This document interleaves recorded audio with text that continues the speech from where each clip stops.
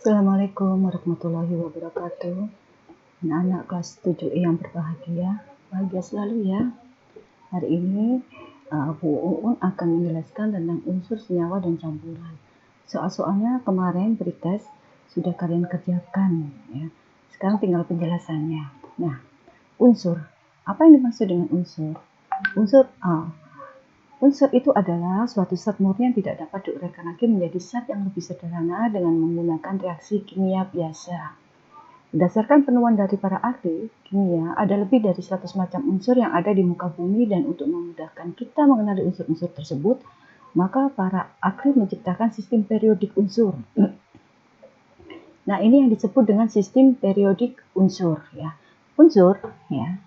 Ini ada oksigen, ada karbon, ada fluor ya, ada nikel, hidrogen ya, helium ya, sulfur, fosfor. Itu adalah unsur ya. Beberapa unsur, contoh unsur yang sering kita temukan dalam kehidupan sehari-hari adalah emas, aurium ya, perak, argentum, besi, ferum, tembaga, suprum, timas, tanum, oksigen, O ya, nitrogen, belerang dengan simbol S, karbon simbolnya K, dan lain-lain. Untuk lebih tahunya, jelasnya, kamu bisa melihat sistem periodik ini, simbol-simbol dari unsur. Ya. Nah, yang kedua, jenis-jenis unsur. Berdasarkan sifatnya, unsur dapat dibagi menjadi dua macam, yaitu unsur logam. Unsur logam mempunyai ciri-ciri khusus, yaitu berwujud padat, dapat menghantarkan arus listrik, mempunyai titik didih leleh tinggi yang dapat ditempah. Ya. Contohnya unsur logam itu apa? Besi, mangan, tembaga, barium, aluminium, magnesium, dan kalium. Sedangkan unsur non-logam memiliki ciri-ciri khusus, yaitu berwujud padat, cair, atau gas.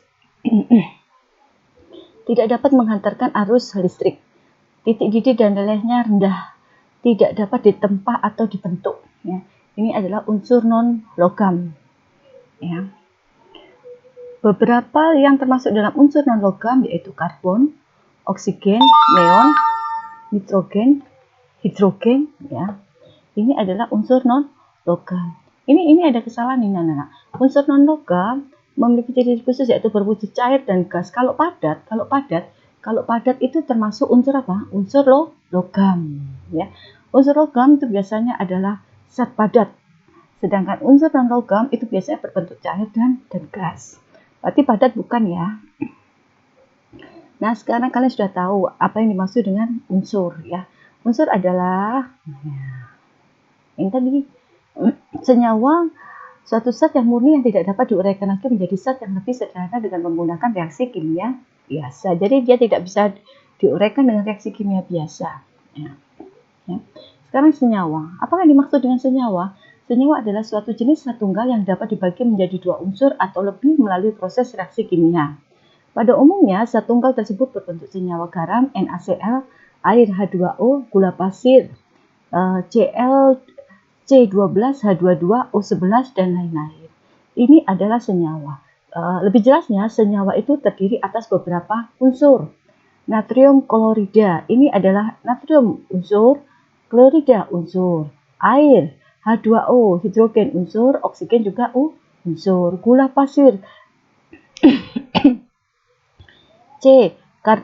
C12, karbon itu unsur, hidrogen itu unsur, oksigen itu unsur ya. Senyawa dibedakan menjadi dua ya. Ada senyawa organik. Senyawa organik adalah senyawa yang tersusun atas unsur karbon sebagai rangkaian utamanya. Biasanya senyawa organik bersumber dari makhluk hidup atau organisme yang terbentuk bersama dengan suatu unsur. Dengan kata lain, senyawa organik tidak lagi mempertahankan sifat dasar unsur-unsur dalam proses penyusunannya. Beberapa contoh senyawa organik adalah gula pasir, C12, H22O11, garam, NaCl, urea, CONH2, ya. Anak-anak ya, ini adalah senyawa organik. Kalian tahu kan ada sampah organik, ada sampah anorganik. Jadi sampah organik itu ada sampah yang berasal dari makhluk hidup yang biasanya terdiri atas unsur karbon ya. Sedangkan senyawa anorganik, Senyawa anorganik adalah senyawa yang tidak tersusun atas suatu atom karbon. Senyawa ini dapat ditemukan di alam bebas. Senyawa anorganik tidak membentuk ikatan molekul kompleks yang memungkinkan adanya karbon. Ya. Contoh senyawa anorganik adalah natrium klorida NaCl, karbon dioksida CO2, aluminium hidroksida AlOH3, asam nitrat HNO3. Nah, sekarang senyawa tadi kan apa? Senyawa adalah terdiri atas beberapa unsur. Nah, kita lihat sekarang contohnya ini. NaCl. Ini terdiri atas satu atom natrium, satu atom klorida, air H2O. Ini terdiri atas dua atom hidrogen, satu atom oksigen. Yang ditulis di belakang itu ikut unsur yang di depannya. Gula pasir C12H22O11. Ini terdiri atas, kalau diuraikan, terdiri atas 12 atom karbon, 22 atom hidrogen, 11 atom oksigen. Ya, jelas ya? Ya. Ini lagi. Urea CONH22 terdiri atas satu atom karbon, satu atom oksigen. Ini karena ini ada kurung, ini kurungnya ikut sini di belakang, berarti ini termasuk dua atom hidrogen. Ini kan dua, hidrogennya dua dikalikan dengan dua ada empat atom hidrogen. Itu adalah unsur yang membentuk senyawa urea. Jelas ya? Nah, sekarang campuran. Apakah yang dimaksud dengan campuran? Campuran adalah suatu penggabungan dua zat atau lebih yang tidak bisa bersatu secara kimiawi karena zat-zat tersebut masih mempertahankan sifatnya masing-masing. Campuran dapat dibedakan menjadi dua macam, yaitu campuran homogen. Campuran homogen merupakan penggabungan dua jenis zat atau lebih di mana tidak terlihat lagi perbedaan sifat masing-masing zat tersebut terjadi reaksi kimia. Dengan kata lain, zat-zat di dalam campuran homogen telah melebur menjadi satu dan tidak dapat dibedakan lagi zat-zat di dalamnya. Contoh campuran homogen adalah asam cuka, asam sulfat, air aki, alkohol, air, parfum. Ya. Nah, ingat campuran homogen adalah penggabungan dua jenis zat atau lebih di mana tidak terlihat lagi perbedaan sifat-sifat masing-masingnya. Nah, ini lebih jelasnya ini. Campuran homogen adalah campuran antara dua zat atau lebih yang partikel-partikel penyusunnya tidaklah dapat dibedakan lagi disebut dengan campuran homogen. Campuran homogen sering disebut juga dengan larutan. Ya. Contoh campuran homogen antara lain air dengan gula. Kalau kamu mengaduk air dengan gula, gula akan larut di dalam air. Itu yang disebut dengan larutan. Biasanya campuran homogen itu ada pelarut, ada zat larutan. Ya, ada zat pelarutnya, penambahannya. Ya. Dengan campuran air dengan garam dinamakan larutan garam. Ukuran partikel dalam larutan memiliki diameter sekitar 0,1 pangkat berapa ini? 0,0001, dihitung sendiri ya nolnya. Dan tidak dapat dilihat dengan mikroskop. Beberapa contoh campuran homogen di atas adalah campuran antara zat cair, adalah campuran antara logam sehingga terbentuk campuran homogen. Adakah campuran antar logam sehingga terbentuk campuran homogen? Nah, bagaimana logam dengan kalau dicampur dengan air, bisakah dia membentuk campuran homogen? Terdapat campuran antara logam dengan logam lain sehingga membentuk campuran homogen. Misalnya stainless steel. Banyak digunakan untuk keperluan alat-alat kesehatan dan rumah tangga. Stainless steel merupakan campuran logam besi, krom, dan nikel. Dia akan membentuk zat padat. Dia dicampurkan, terus kemudian dibentuk lagi menjadi zat padat stainless ya. Stainless yang sering kita gunakan. Tahukah kamu, emas merupakan campuran homogen? Pencampuran logam dilakukan dengan melelehkan logam-logam tersebut. Campuran logam satu dengan logam lainnya dinamakan paduan logam. Emas murni merupakan logam yang lunak mudah dibengkokkan. Agar emas menjadi keras hingga sulit untuk dibengkokkan, maka emas murni tersebut dicampur dengan logam lain yaitu tembaga.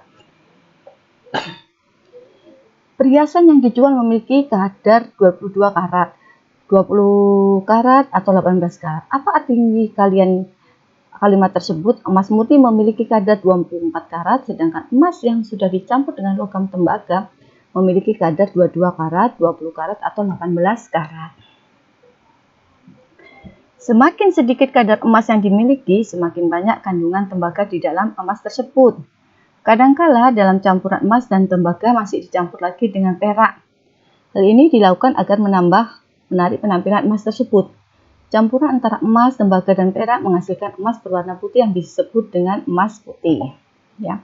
Jenis campuran homogen antara lain campuran gas dalam gas, campuran gas dalam gas, campuran gas dalam zat cair, campuran gas dalam zat padat, campuran zat cair dalam zat cair, dan campuran zat padat dalam zat cair. Coba kamu klasifikasikan zat-zat tersebut, zat-zat di sekitarmu yang termasuk campuran homogen. Nah, ini kamu tahu ya, campuran homogen itu campuran yang tidak dapat dipisahkan lagi, mana yang tidak dapat dipisahkan lagi antara dua zat tersebut. Ya. Jadi dia sudah tercampur dengan rata, tidak terlihat lagi bahwa ini terdiri atas, misalnya seperti tadi air dengan gula. Mana gulanya, mana airnya, kalau dilihat dengan mata tidak terlihat. Baru ketika dengan reaksi kimia itu akan terlihat, ya. Ya anak-anak. Nah, sekarang ada campuran heterogen. Campuran antara dua macam zat atau lebih yang partikel-partikel penyusunnya masih dapat dibedakan menjadi zat diudahkan satu sama lainnya disebut campuran heterogen. Contoh campuran heterogen: tanah, air sungai, makanan, minuman, air laut, adonan kue, adonan beton, cor, dan lain-lain.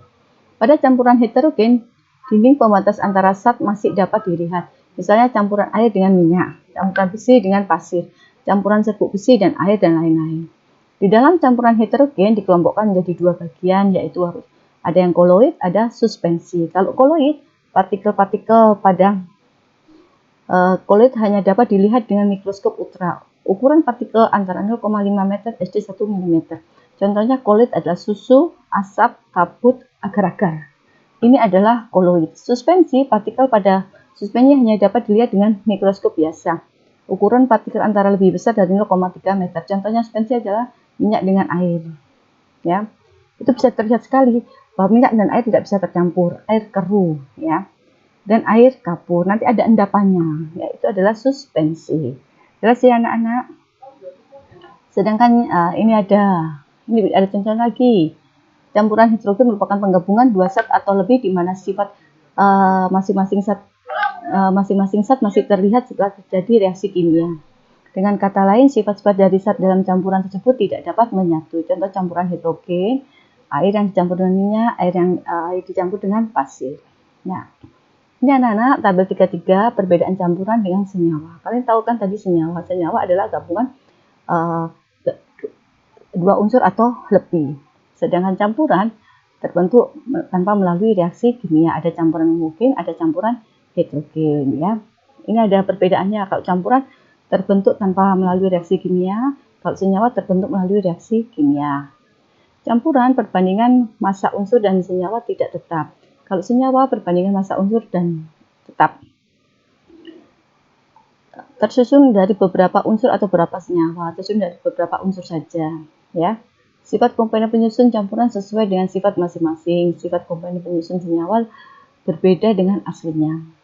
Melalui proses fisika, komponen penyusun campuran dapat dipisahkan. Melalui proses kimia, komponen penyusun senyawa dapat dipisahkan. Jelas ya antara campuran dan senyawa. Nanti kalau kurang jelas boleh bertanya langsung melalui chat yang ada di YouTube ini, ya. Sekarang kalian kerjakan nanti pun bagikan linknya. Kalian kerjakan yang A, ya, sampai B, ya, sama C. Sekian ya anak-anak. Semoga penjelasan yang singkat ini bisa menambah pengetahuan kalian dan kalian bisa pelajari lagi suatu saat, ya. Kalian bisa belajar lagi setiap saat ini, ya. Dibukai lagi ya sayang, ya. Assalamualaikum warahmatullahi wabarakatuh. Semoga kalian mengerti.